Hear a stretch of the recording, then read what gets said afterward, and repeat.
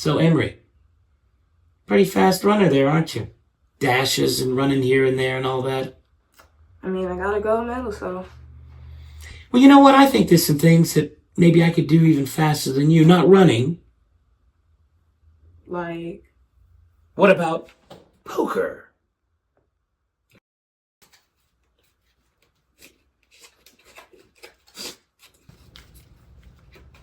Do you need some help with that? Oh, you think you can do better?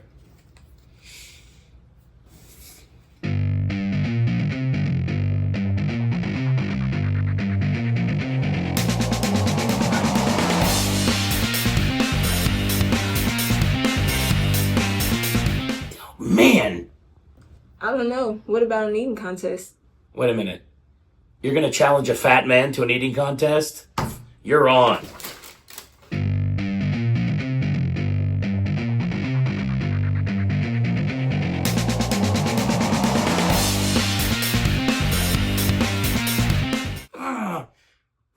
Race you to the parking lot.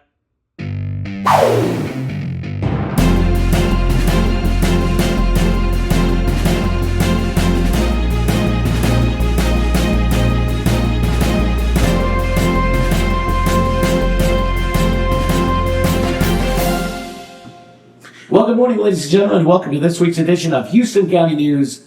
I'm Messenger Reporter Greg Ritchie. It's so nice to have you along with us. And boy, we got a great show for you. You'll have to excuse the voice. I know I sound like Don Corleone or something, but I'm actually feeling fine. The local chords are just a little, let's get ready to rumble kind of thing going on in there. We've got such a fun show with you for you today. Commissioner Gene Stokes is coming by. We're going to talk about data centers. We're going to talk about groundwater, really important thing. And there's a petition we need you to get out there and sign. So stay tuned for that. Also, Emory Sims, the young lady from Crockett who won gold and bronze medals at state track meet, along with Coach Carlos Daniels, joining us today, and all kind of other good stuff. But first, let's say good morning to Miss Shelby Smith. Shelby, how you doing? I'm doing great. How are you doing? I'm pretty good. I have to say, you came out this week to the good folks at Davy Crockett Grill We did. and helped us shoot a commercial. Now, you've probably never seen a commercial being shot, right? I would imagine. You know, sometimes in my nightmares. Oh, only you're not. Well, you know, because you saw me like filming a hamburger, and I'd close in, and I'd go up, and it's all in like 30 seconds. But you have to do that. Well, thank you for coming by, and thank you. You enjoyed a nice fried pickle, I believe. Not just a fried pickle, a whole tray of A whole tray of fried pickles, and a little bit of ranch. Yeah. Well, I think that was the face you made in the commercial, so they're pretty good. Now, before we get going, lots of graduations this week.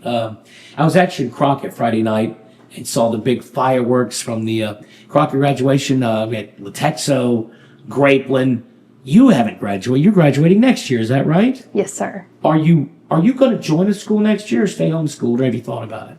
It's a big secret everybody wants to know.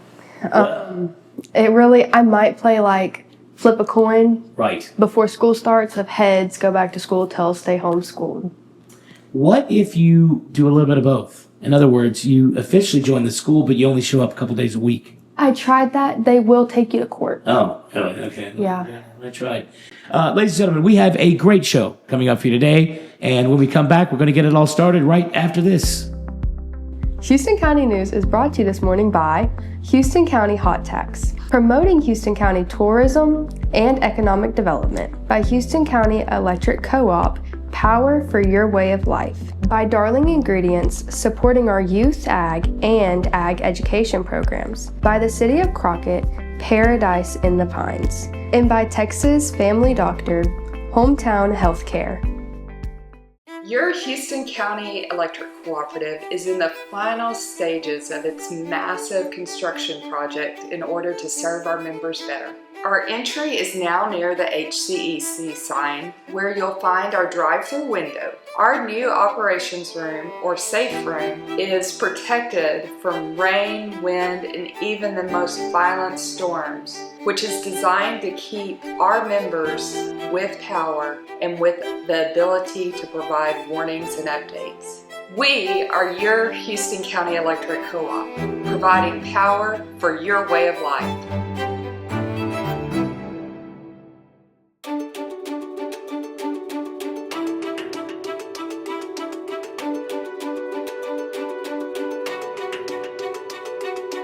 Nothing in nature is wasted. Every atom of every living thing is reused again and again. We apply this same circularity to industry, taking materials that would otherwise be wasted and transforming them into hundreds of valuable ingredients that the world depends on daily. The best way to protect nature is to act like nature. At Darling Ingredients, that's exactly what we do. Well, folks, we want to welcome on the show this week Lady Bulldog Emory Sims. And Emory, we sure appreciate you getting up early and joining us this morning. Yes, sir. Now, Emory, you're the fastest Lady Bulldog in the history of Lady Bulldogs. I don't know if that's true, but it sure felt like it. You won the gold medal, first prize in 100-meter dash. Yes, sir. Congratulations. Thank you. You did the 200-meter. You got third place, bronze in that. Yes, sir. Well, first of all, before we get to all that, tell me about yourself. Tell us who you are and what we should know about you. Well, my name is Emory Sims. I've been attending Crockett since like kindergarten, first grade. Well, I just graduated. I've been running track since 7th grade, and I've done other sports, but track has been my favorite, and it's just stuck. You know, every sport's different, right? So, you know, when I was your age, I played football because it was a big, you know, you did nothing for a few minutes and then it was just chaos for a few seconds. You did not, you know. Some people love jogging, the long run, you know, the 10-mile, whatever. What is it about track? Because again, I would have to think that obviously it's a big physical part, but there's got to be a big mental part because you sometimes have 3 or 4 days to sit and think about that race and then it's done like that. Tell me about what goes on in your mind before, during, kind of, I guess maybe after. I mean, it's very mental, but it's like it's like dog eat dog.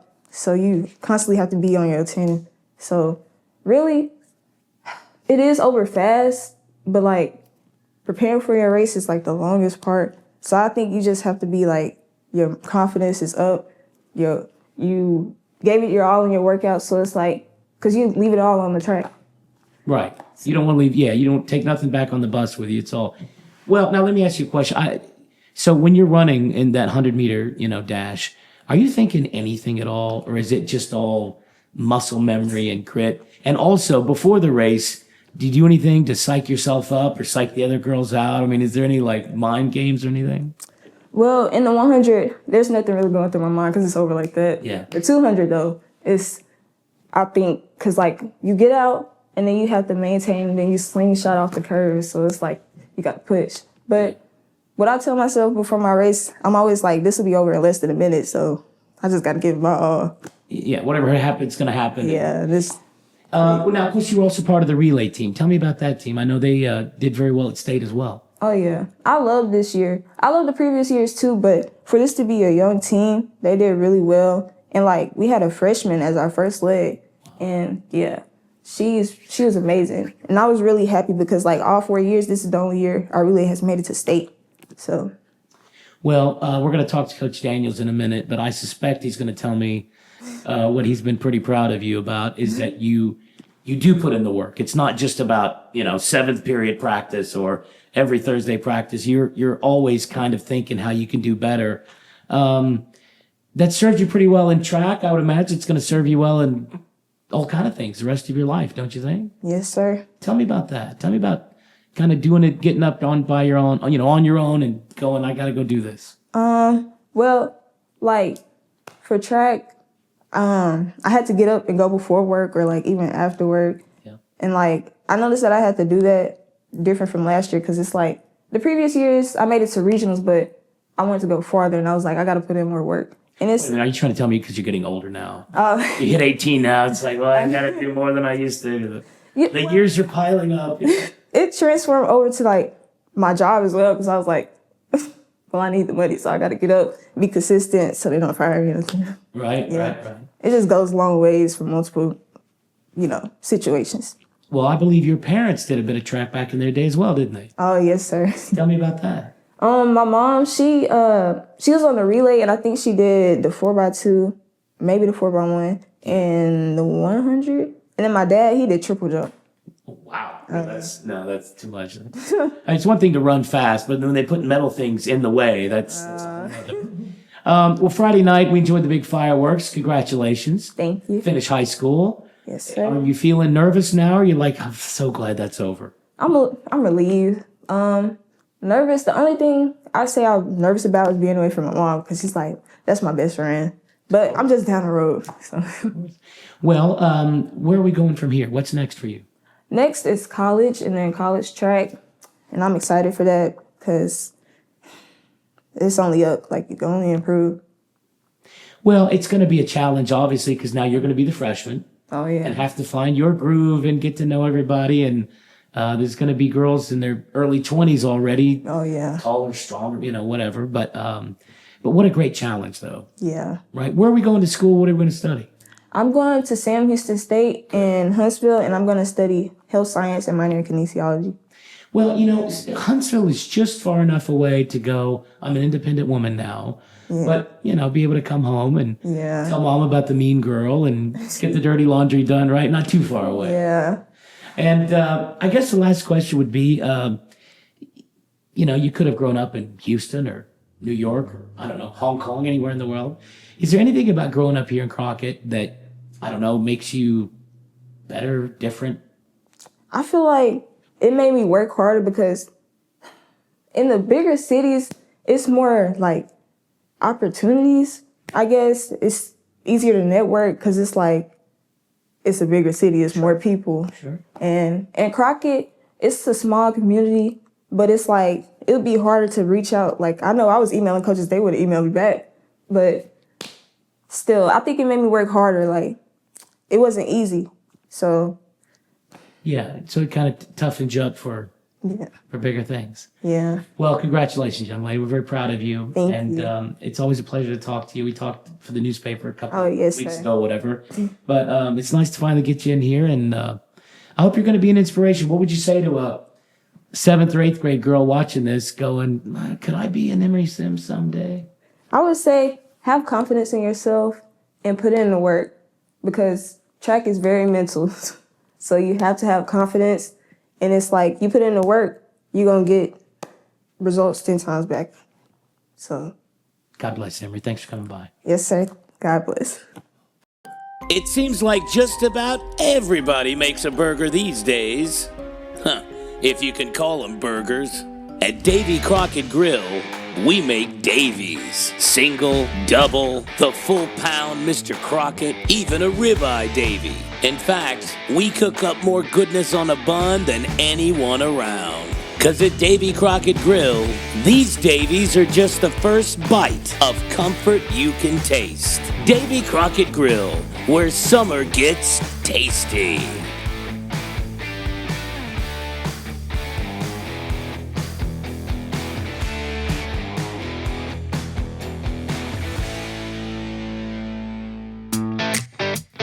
Houston County, Texas is a lot of things. It's our amazing cities and towns, Davy Crockett National Forest, and our fields and streams. It's cattle and lumber, manufacturing and tech support. It's national brands and mom and pops. It's our churches and it's our schools. For many of us, Houston County is home. Come visit us and see for yourself what makes this place special. Houston County, first in Texas history, first in our heart. Well, folks, also this morning on the show, we've got Coach Carlos Daniels from Crockett ISD, and we're going to talk today, Coach. First of all, thanks for coming by early in the morning. Well, thank you. Thank you for having us. Well, I sure appreciate it, and we're going to talk to you about track specifically today.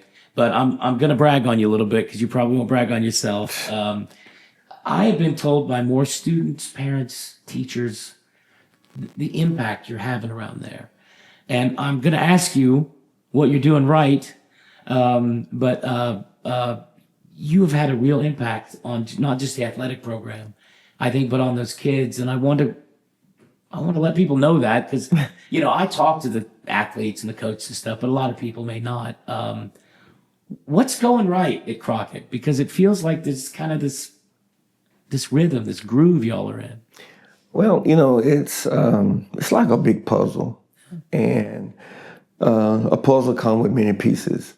And the person that put a puzzle together is a person that have to take their time and understand the strategy of putting a puzzle together. And so it's a lot of good things in Crockett. And those that come in Crockett, they especially say I'm an outsider, so I'm not from here. Right. You just have to dissect it and put the pieces together. Yeah. And it's a lot of great pieces here to work with. Well, there's no question about that. We were talking to Emory a minute ago, and, when she gets to college, she's got to make those practices, and she's got to give it her all. I mean, that's what college is about. High school's different. There are kids that, like Emory, that don't need much prodding. They just motivated. Some kids do it because mom and dad wanted them to. Some kids do it to get out of some other club, whatever. How do you deal with young people at that age and not just keep them motivated in sports, but in life and staying on the right path and all the rest? Well, to me, like I tell people, I've been successful in every school I've been to, and it's a ministry. So I'm a minister anyway, but I look at education and dealing with children and young adults as a ministry. You have different types, different style, different races. And, Emory, she is one of the ones that, for instance, she didn't need too much tuning. Then you have others that need that tuning. And so you just have to find that place. And I think I'm just gifted in that area. God has blessed me to be able to show these kids that it's more to than what they're getting and train them for the success of the future. Well, let's talk about the track meet, obviously, in Austin this year. Emory was amazing. You talk about that as well. But I also want to make sure we talk about the relay team. I don't want them to get lost in the big headline. Yeah, we're so proud of them. Yeah.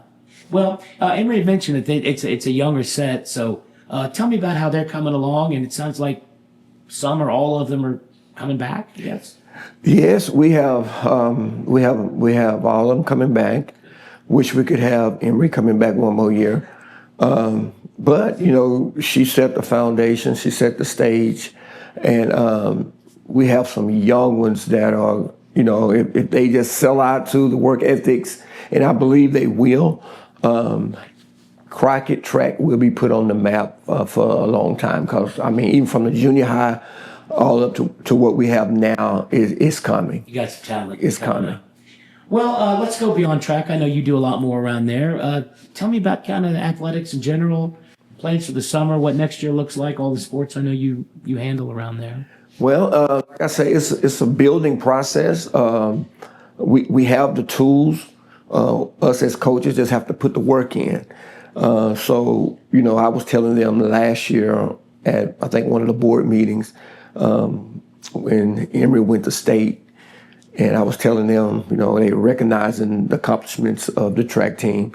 And I'm like, hey, next year, we're going to stand on that stand. I said, we will have a state champion come from Crockett, and the future, they will follow in those footsteps. And, man, I'm just excited, man. Crockett track is back. Yeah. And I'm just happy to be a part of it. Yeah. Well, you're a big part of it. I guess the last question, how long have you been at Crockett now? You have to remind me. This going on my fourth year. Fourth year, okay. Yes, sir. And long-term plans, you going to be around a while? Well, hopefully this is my last stop for retirement. Next year I'll be kicking 30 years. And, I want to retire here. I love it here. I have a lot of people, when I first came, they was like, you sure you want to go to Crockett? And I'm like, well, why not? But I've fallen in love with this community. The people here have been so supportive. The kids have been outstanding. You hear a lot of horrible stories about different towns, but sure. It's nothing like people have said. And like I say, I've been to several different school districts in my career. And this has been one of the highlights of my career because of young ladies like this and those that I work with every day. And well, 90% of the rumors and gossip I hear around town, I look into them and I go, okay, that's fake news. That didn't exactly. happen. But every school's got its unique challenges. Crockett, Grapeland. They've exactly. got the different. And I guess, as you say, and I love that, being a minister, it's sort of a ministry within the school in the sense that every kid's different. They're all going to need different motivators and, and bringing them up and back down. What a unique way to do that. That's pretty amazing. Yes, sir. So, well, thank you for coming by. Congratulations again. What did it feel like to see this young lady on that top pedestal? Oh, gosh. It's, to see her dedication, her hard work. I coached Emory, and this is my third year coaching her. But she came out for basketball. And, I could say Emory, basketball really wasn't her sport. And she came to me. Would she have agreed with that? I think she will. But she came to me and she said, well, Coach, she said, I'm really not a basketball player. She said, but I want to play so I can stay in shape for track. And then I'm like, well, of course, come on. And to come to the end of the whole story of her senior year, Emory really became one of the best defenders and hard workers that I've ever coached. And, I knew that the picture was bigger than basketball for her. And she would ask me, and I told her, I said, hey, Em, if you ever have a workout you want to do doing basketball, I said, feel free. Right. Because I knew what. Yeah. Exactly. And I wouldn't dare hinder her from her dream of going back to state or even winning. And this young lady, we would come back from basketball games in December, and she would go to the track and do a workout. And I mean, that's hard dedication. Next level. And in basketball, we in practice, we run a lot. Sure. And even after some of our hard workouts, she would go to the track and do a track workout. And so again, I'm proud of her. I'm proud of that 4x1. Can I give one more shout out to them? Absolutely. As we was talking about them, I mean, they set so many records. And first track meet of the year, I knew we had something special because it's hard in girls' high school track to run a 49, whatever. Yeah. And I think our first meet, we was right there. We ran a 50.02. We was right there. And that was without a lot of conditioning, a lot of work, handoffs, and young team. And Mariah Mitchell, Ariana Good, Amaya Dancer, and Miss Sims, and I got to say something about Vanessa Morris. Sure. She's a senior. She was on that relay team most of the whole year, and right there at the end, we switched her, and she was disappointed a little bit, but she was so supportive. She never missed a workout. She pushed Emory in her workouts and the rest of the kids, and was a good cheerleader for them. So she is a big reason that I believe that the medal hangs around Emory's neck and the 4x1 team reached the goal that they reached. And like I say, all of them are coming back except those two. You can't replace a Emory. You can't replace a Vanessa leadership. But we do have some shoes, some feet that can fit, not in those shoes, but we'll say the size that they wear. Right. And so we're excited about that. That's awesome. Thank you, Coach. Yes, sir. Appreciate it. Shelby, I don't know. Look at that. I don't know if I should drink that. It looks a little weird. I had to apologize to that waitress last week. I told her she got my order wrong. I said I ordered a glass of water. So that's what it is, but it looked like sweet tea.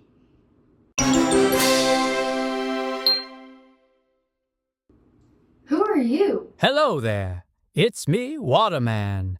I'm going to explain what's going on with the city water, and you're going to listen, like it or not. Waterman? But wait a minute, Waterman. Doesn't discolored water mean that it's got bacteria and little bugs and stuff in it? Citizens, stay calm. Discolored does not mean dangerous. A little color in the water does not mean bacteria has joined the party. Certified labs check the samples. That means science people with clipboards are involved.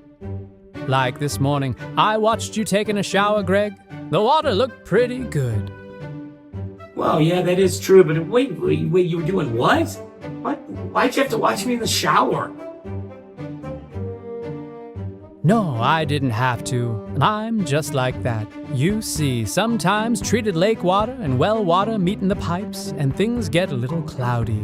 When different water sources mix, the water may look yellowish or cloudy for a bit.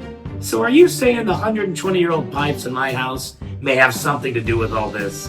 Older pipes can loosen rust or sediment. Nobody likes it, but Waterman says it's okay to drink. Sometimes the system has to do a chlorine burn. It sounds dramatic because Waterman loves unnecessary drama. If you see discolored water, call Public Works right away. Do not wait until tomorrow, citizens. Water moves. Waterman knows about water. It is literally in my name. Public Works can flush nearby mains if needed. Waterman loves a good flush.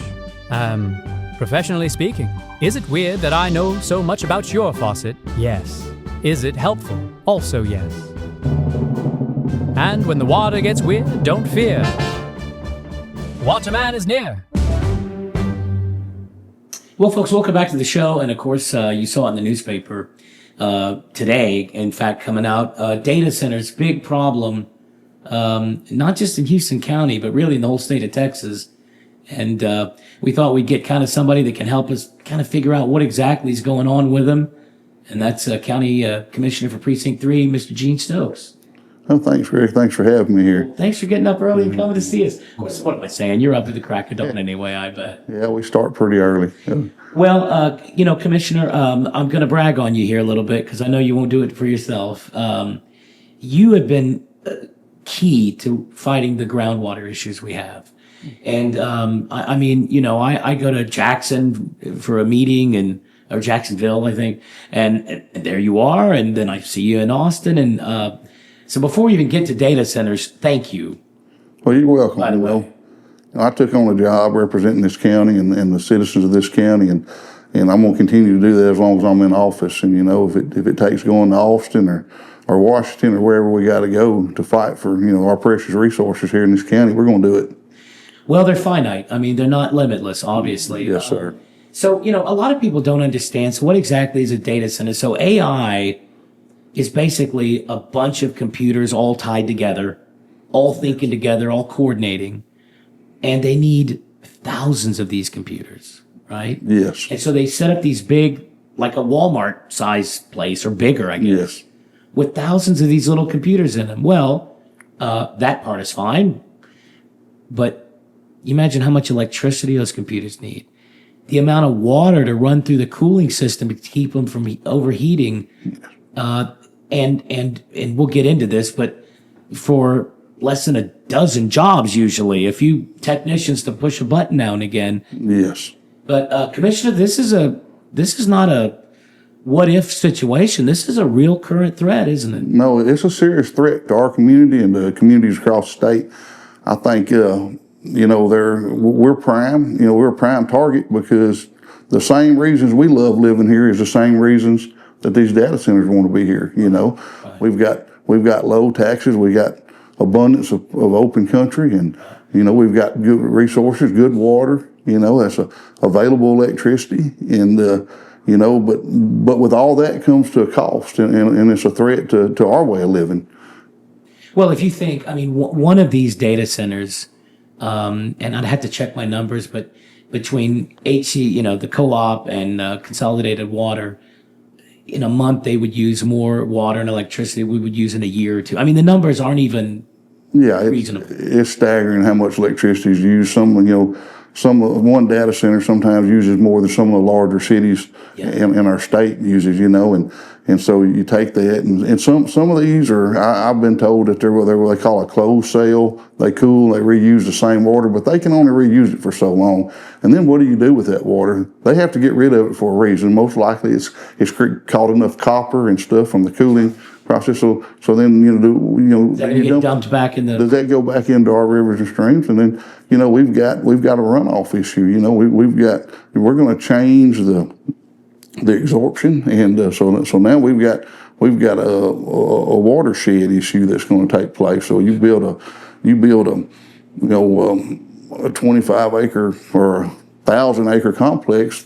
That water no longer is being absorbed into into the soil. So that water has to go somewhere. So it's going to increase drainage and flooding throughout our county and our roads. And these are things that's just got to be thought out. And in the rush that everybody's in to get these data centers, it's not at a safe pace in my mind.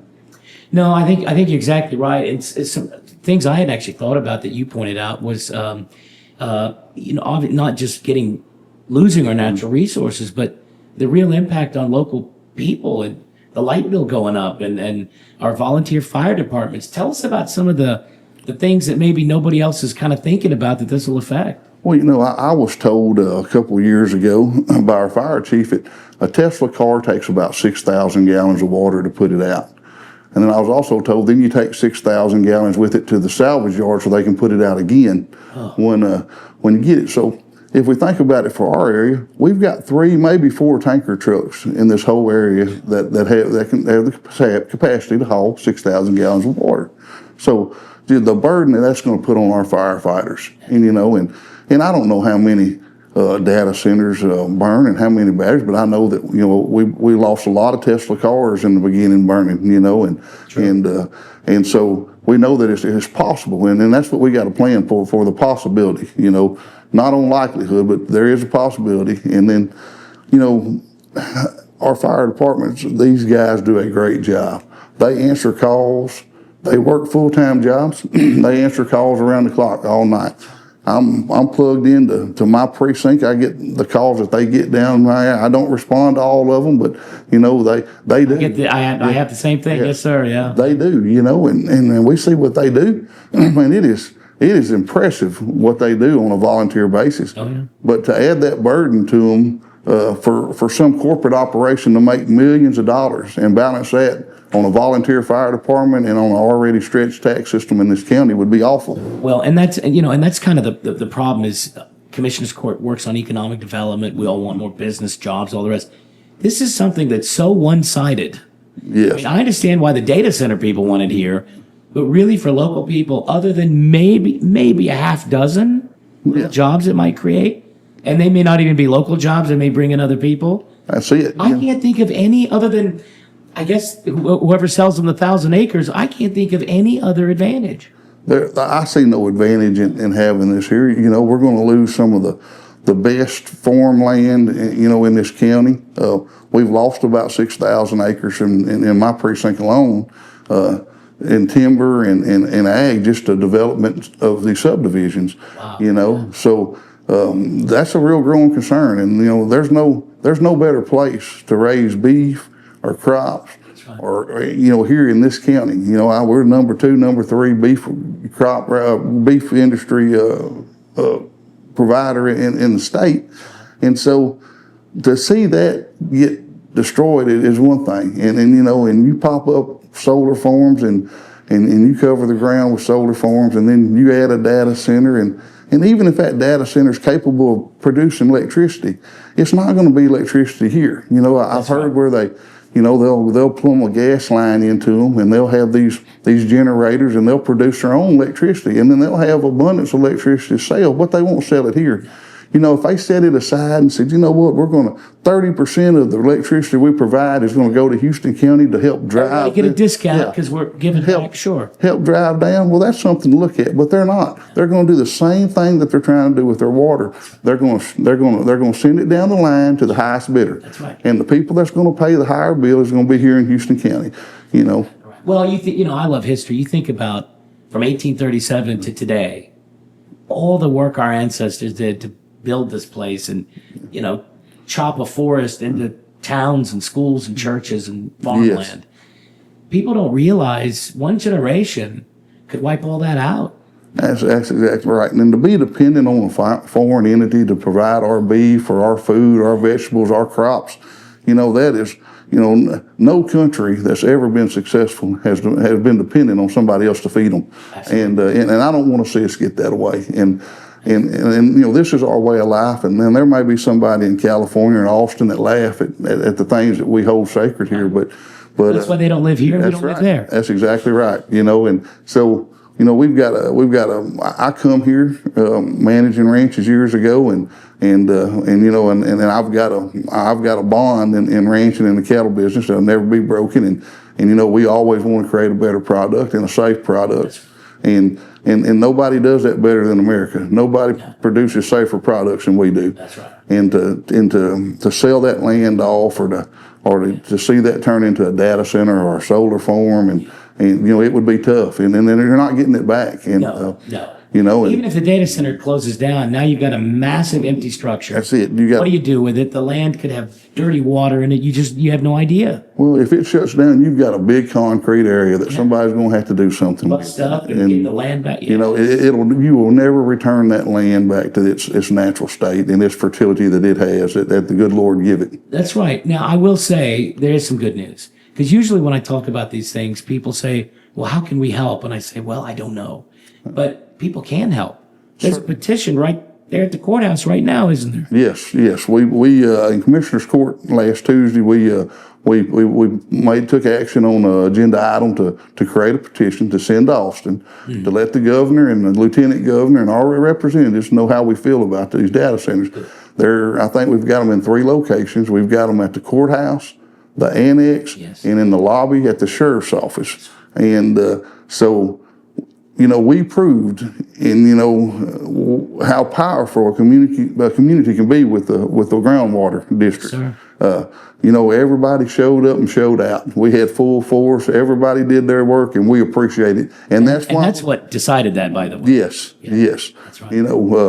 And it has made a big difference. Without that, we wouldn't be where we're at, and we're not where we want to be. But these injunctions are holding, right. And we're getting more evidence and more data on our groundwater. And it's a pause, if not a stop, at least it's a pause. And and that's what we're asking for in the data centers. I don't know enough about them to say that yay or nay, but I do know that we've probably had in counties around us and in this state, there has been data centers and counties with far more regulation than code than we have. And I don't know anybody that's got one that's happy with it. Dr. McCall came in because he's leading the groundwater committee for the county. And he said, the last time this came up, I was the one leading the charge against it. Yes. He said, and now I'm for it. And it's funny that the freedoms that we love in Houston County and that lack of restriction and big brother and government and all that sometimes is a risk. Yes. Because somebody could buy 1,000 acres tomorrow and put up a data center and not ask for permission or forgiveness. It's just there, basically. Yes, and I've always said, farmers and ranchers are the best steward of the land. They're not going to abuse that water. That's right. They're not going to over pump. They're not going to over herbicide their pastures. Their life. That's their way of living. They're going to take care of it. They're not going to farm it out or rinse it out. Yeah. And we don't get the same promise with outsiders coming in. We assume that we're going to be good stewards, but not everybody is. But they don't care. Why would they care? Yeah, it's another data center. Right. They're going to put a data center here. We're going to hear the noise pollution. Yeah. We're going to have to deal with the runoff. We're going to have to deal with whatever infrastructure doesn't hold up to it. And they're going to be somewhere else, California, New York, collecting checks off of it. Plus, Commissioner, and this is the part that kills me, is we're going to have 8 to 10 dudes living here now with like long, greasy ponytails and sandals and Hawaiian shirts and big beards and from California, God knows where. We don't want that, do we? Now, folks, real quick, the petitions, as the Commissioner said, in the courthouse, you go in the sort of basement there to go inside. As you come up there to get checked in or whatever, right where the bailiff sits, they're right there. Right there. At the annex, I think as you go in towards the tax office, around that little... They're on a shelf right there. Across from the elections. You're right across from the elections administration. And then lobby of the sheriff's office. Lobby of the sheriff's office. Please go out and sign those, guys. That's the least we can do for our... Yes, it'll be a big help. I'm telling you, we turned out on the groundwater issue, and we're going to have to turn out. If we don't want data centers popping up here with no regulation and no say so, we're going to have to get out in front of it, and it's going to take the people. These politicians, I can call them and they'll listen to me, and I can tell you that, hey, yeah, they're the community's behind me, but nothing says community behind you like 20,000 signatures, 20,000 signatures, 20,000 signatures. Well, and I know for a fact from some sources that told me the governor saw how everybody came together. Yes. And I don't know how much he stepped in, but all of a sudden it got put on pause. Yes. So the voices are heard. They don't have to get the pitchforks yet. We can still sign a petition. And I'll tell you right away, I'm not anti-growth. You know, we've had some great growth in this county. You know, we've got A&A Capital out here that, you know, they come in and they held to their promise. They spent a lot of money here locally, and you know, and I'm not going to say that, you know, I don't think you just, you know, every company that comes in, you know, it needs a tax abatement, but there's some that's going to bring a lot to the table. Sure. And them guys are buying growth. They've bought houses here. They buy their groceries here. They're eating in our restaurants. They bought their field dirt here. That's right. You know, they're not doing it by, you know, Zoom or something. That's exactly right. So, you know. And do we want any business? I mean, if they want to dump nuclear waste here, do we go, well, hey, it's a new business, we'll take it? We want the people that's going to care as much about this place as we do. Amen. And so far, we've been successful with that. The city has worked hard at it, and we have. And not everything's perfect, but we do have to have a certain amount of growth, but it needs to be the right growth. Owner operators, medium businesses that want to grow with us, want to put their kids in our schools and stuff. Yes. You know? Commissioner, before we let you go, we talked about this a little bit for the newspaper. You mentioned it. There is this groundwater committee.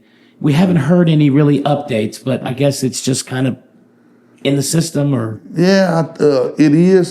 The petition's been filed with the TCEQ, and you know, I think that they're going to, you know, they're going to study that. They hadn't issued one of these groundwater districts in a long time. But again, with our signatures and the public backing, you know, they're having to look at it pretty hard. So I'm not sure, you know, it was filed by the landowners here, and and so we'll see how that goes. I feel like that we've got a great chance with it, but you know, but if we don't, the battle's not over. You know, we're going to, you know, the legislation will be legislators will be back in session here before long, and we'll go that route. And we hadn't you know, we hadn't stopped on this deal. You know, we're still talking. I talked to Trent, and I've talked to Senator Nichols, and then we're talking to folks. You know, it's you know, we're trying to plan ahead. We're trying to stay out in front of this, and that's what it's going to take.